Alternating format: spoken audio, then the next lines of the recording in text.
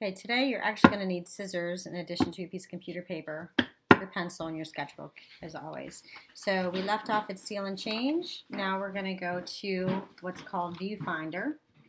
I'm going to write that down.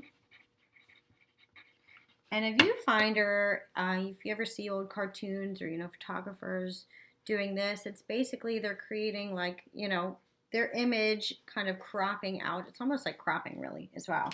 So what I'm going to do is take a piece of computer paper, fold it in half, and then along the fold is where I'm going to cut away.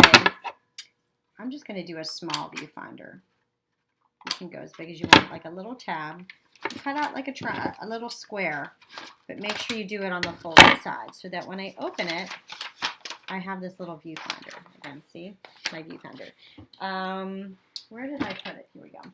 So up in the man cave, or my office, we actually have a record player, and I just found my all-time favorite artist of all time, Prince, and one of the best albums ever. And so I'm going to use his graphics.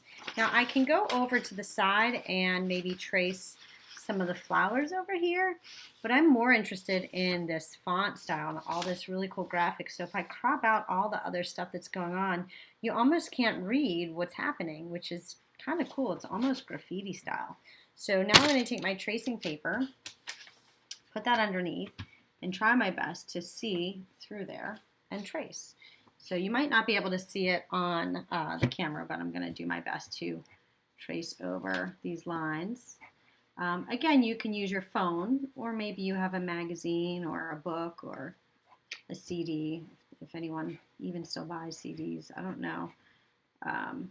Just something that you can use, again, to trace from. And I'm also going to create my border, my outline.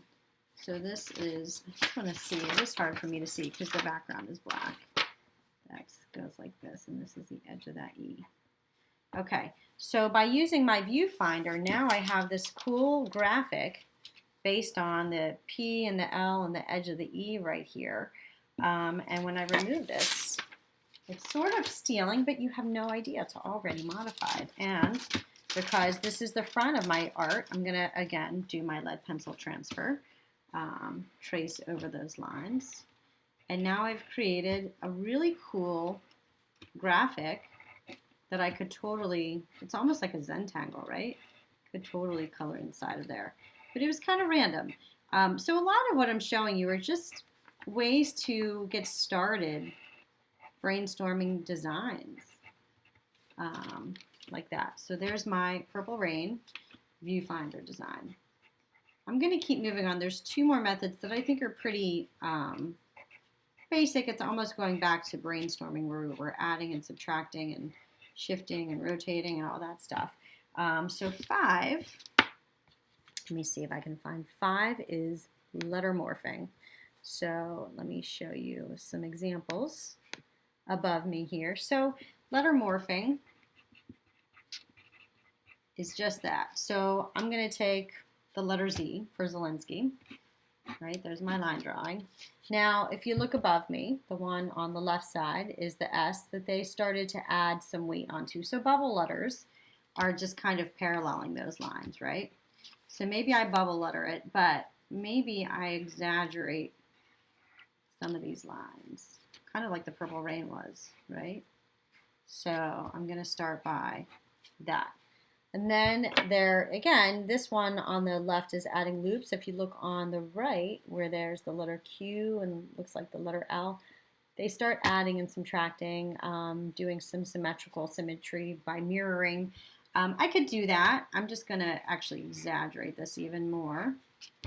Maybe I bring this around. If I trace this, let's see.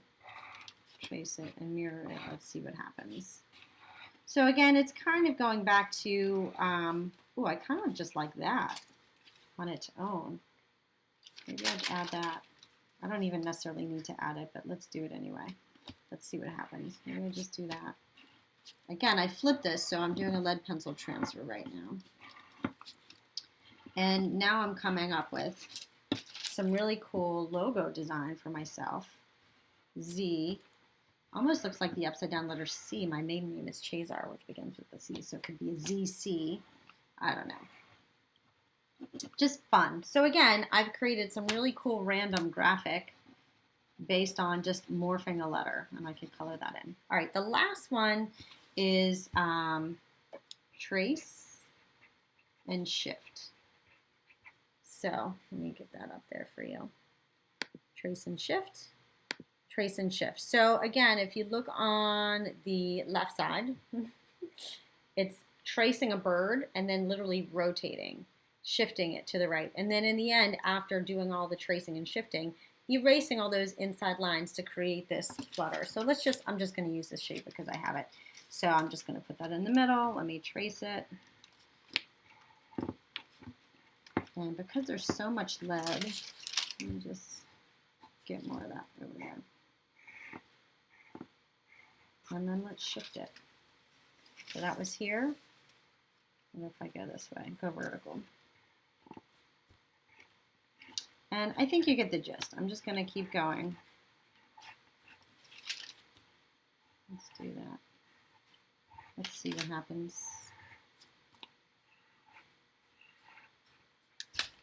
There we go, one more time. Let's go in there.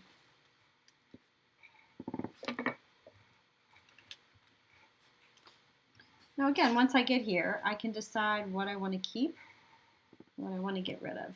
Now it's starting to look like a star because of the rotation. So, I don't know, it's kind of messy in there. I'm looking at what they did. Maybe I erase.